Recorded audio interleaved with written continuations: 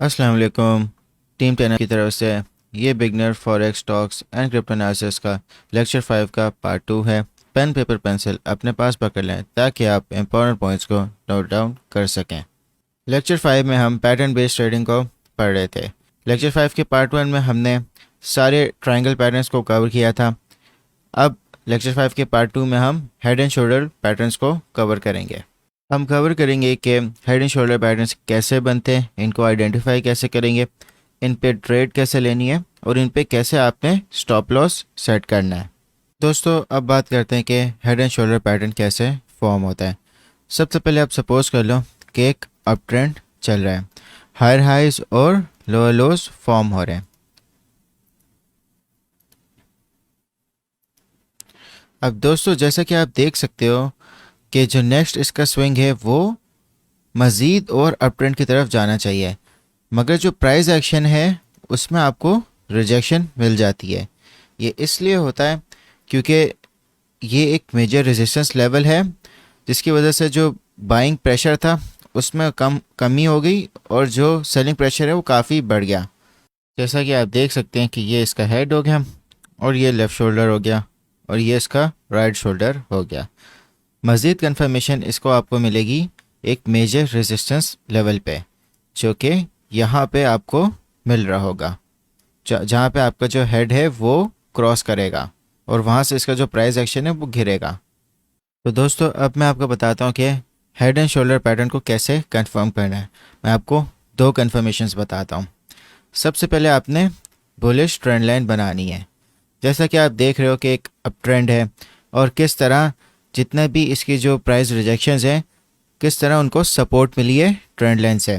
यहाँ पे भी आप देख सकते हो सपोर्ट मिली, फिर यहाँ पे, फिर यहाँ पे। तो दोस्तों जैसा कि आप देख सकते हो कि जब इसका हेड फॉर्म हुआ तो उसको मेजर रेजिस्टेंस से काफ़ी रिजेक्शन मिली, तो इसकी वजह से जो इसका प्राइस एक्शन है उसने बुलिश ट्रेंड लाइन को तोड़ दिया और वहाँ से रिजेक्ट हो गया।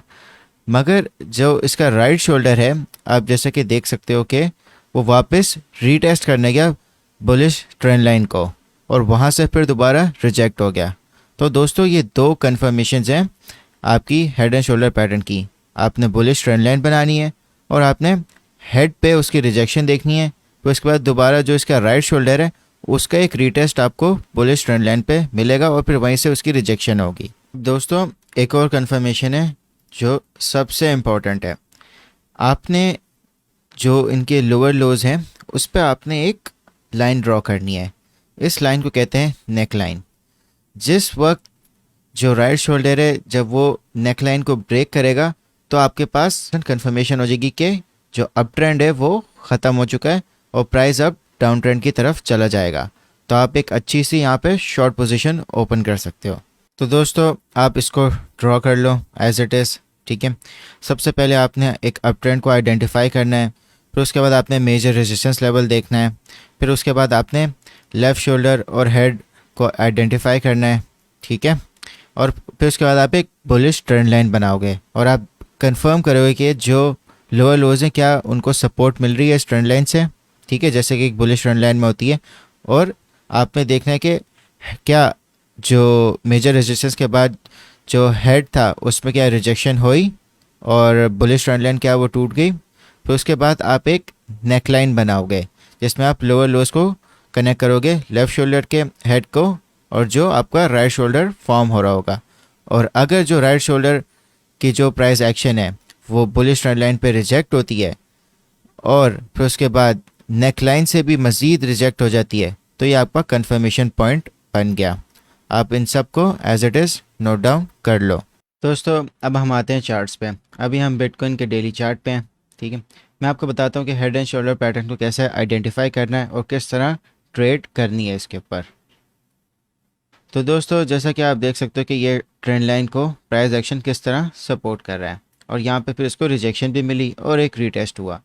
अब मैंने हेड एंड शोल्डर पैटर्न को सिलेक्ट कर लिया, ठीक है। तो मुझे नज़र आ रहा है कि ये इसका लेफ़्ट शोल्डर बना है जिसको फिर सपोर्ट मिली ट्रेंड लाइन से। फिर ये इसका हेड बना जो लेफ़्ट शोल्डर के प्राइस एक्शन से ज़्यादा था और फिर ये ब्रेक हो गया ट्रेंड लाइन से। और फिर ये बना इसका राइट शोल्डर जो रिटेस्ट होने को गया ट्रेंड लाइन पे और फिर इसने नेक लाइन को ब्रेक कर दिया। अब इस टूल की खासियत ये कि ये आपको ऑटोमेटिकली एक नेकलाइन बना के दे देगा, तो इससे आपका काम आसान हो जाएगा। तो जैसा कि आप देख सकते हो कि जो प्राइस एक्शन है वो थोड़ा पैटर्न से आउट हो रहा है, इसका कोई मसला नहीं है। आप सिर्फ पैटर्न पे फोकस करेंगे, किस तरह पैटर्न एक बन रहा है, ठीक है। और जैसा कि आप देख सकते हो कि नेकलाइन यहाँ से ब्रेक हो गई है, तो आप शॉर्ट पोजीशन यहाँ पे भी ओपन कर सकते हो। मगर अगर आप एक एग्रेसिव ट्रेडर हो और आपको ये पैटर्न को बहुत अच्छे से आइडेंटिफाई करना आता है, तो आप इसकी रीटेस्टिंग के ऊपर आप शॉर्ट पोजीशन ओपन कर सकते हो। तो जो आपका टारगेट होगा वो इस तरह बनेगा कि जो आप हेड से इसकी नेकलाइन तक आप लाइन ड्रॉ करोगे, ठीक है। और वो आपका टारगेट इसकी नेकलाइन की जब ब्रेक होगी वहाँ तक उसका ये टारगेट बनेगा।